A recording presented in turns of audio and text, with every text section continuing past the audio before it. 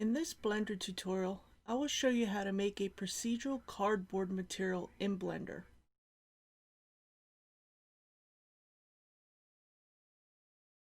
Make sure that you have the Node Wrangler add-on installed, as this will make life a lot easier when you work with nodes in Blender.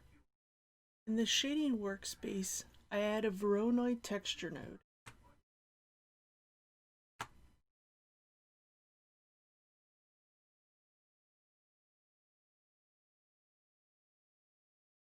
This node evaluates a whirly noise, which is used specifically to create procedural textures. Add the input texture coordinates. Connect the color output of the Voronoi texture node to the base color of the Procedural BSDF shader. Now I can see what the Voronoi texture node is doing to the object. Change the scale to 150 to decrease the size of the texture cells. I select the Voronoi texture, and using Ctrl T, I add a mapping node and a texture coordinate node.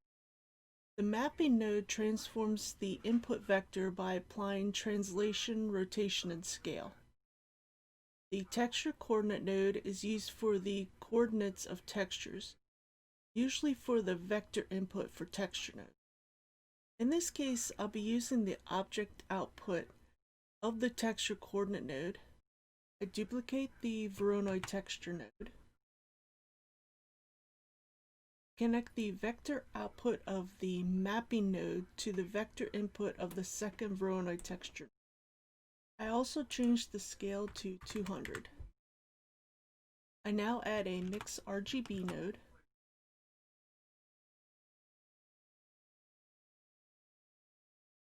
And this will allow me to mix together both of the Voronoi texture. I connect the distance of the first Voronoi texture node to the color 1 of the mix RGB node. And I connect the distance output of the second Voronoi texture node to the color 2 of the mix RGB. I add a noise texture node.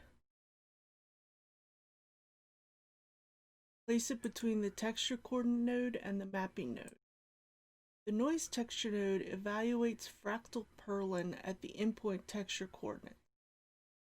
I change the scale to 200. I duplicate the mix RGB node, place it between the noise texture node and the mapping node.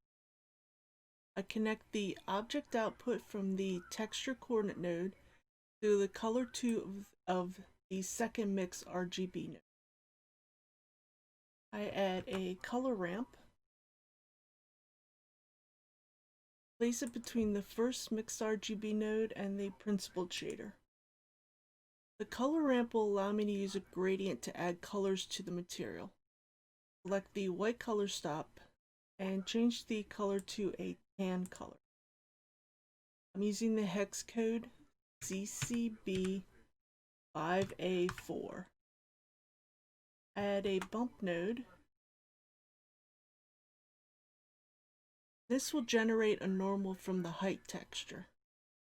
I connect the color output of the first mix RGB node to the height input of the bump node. And then I connect the normal output of the bump node to the normal input of the principled shader. And I change the strength to 0.5. I also changed the roughness of the principled shader to 0.75.